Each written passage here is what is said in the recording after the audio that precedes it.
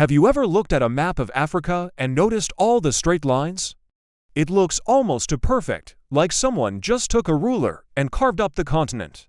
Well, that's pretty much exactly what happened. And those lines, drawn in conference rooms in Europe, are at the heart of many of Africa's modern conflicts. It's a story that's often mislabeled as ancient hatreds, but the truth is much more recent and political. In the late 19th century, European powers gathered without a single African representative and divided the continent. They didn't care about the rivers, the historic trade routes, or the powerful kingdoms that had existed for centuries. They just drew lines, straight lines that sliced through communities, split families, and lumped completely unrelated groups together into new colonies. These borders weren't designed to create nations, they were designed for control. To make their rule easier, colonial powers often dismantled traditional systems of governance. They'd pick one group, favor them, and put them in charge, sowing seeds of resentment that would last for generations. People who had managed their own affairs for centuries were suddenly ranked, labeled, and pitted against each other. Then came independence. You might think, great.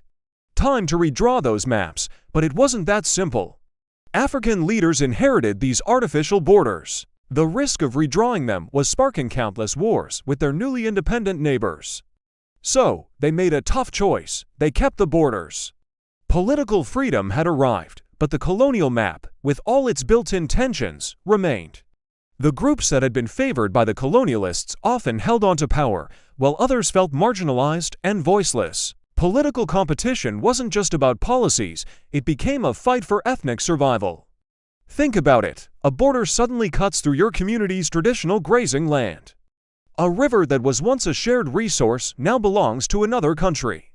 These arbitrary lines turned cooperation into competition and survival into a zero-sum game. This is how civil wars started in places where artificial nations couldn't forge a common identity. It's why separatist movements sprang up, with communities feeling trapped inside borders they never chose.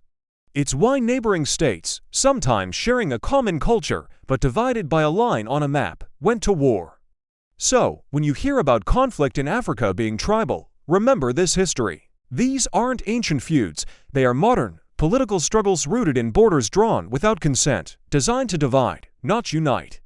To understand the continent's challenges, we have to look past the headlines and see the lines that made them possible. Thanks for watching. If you found this perspective interesting, please like this video and subscribe for more content that goes beyond the surface.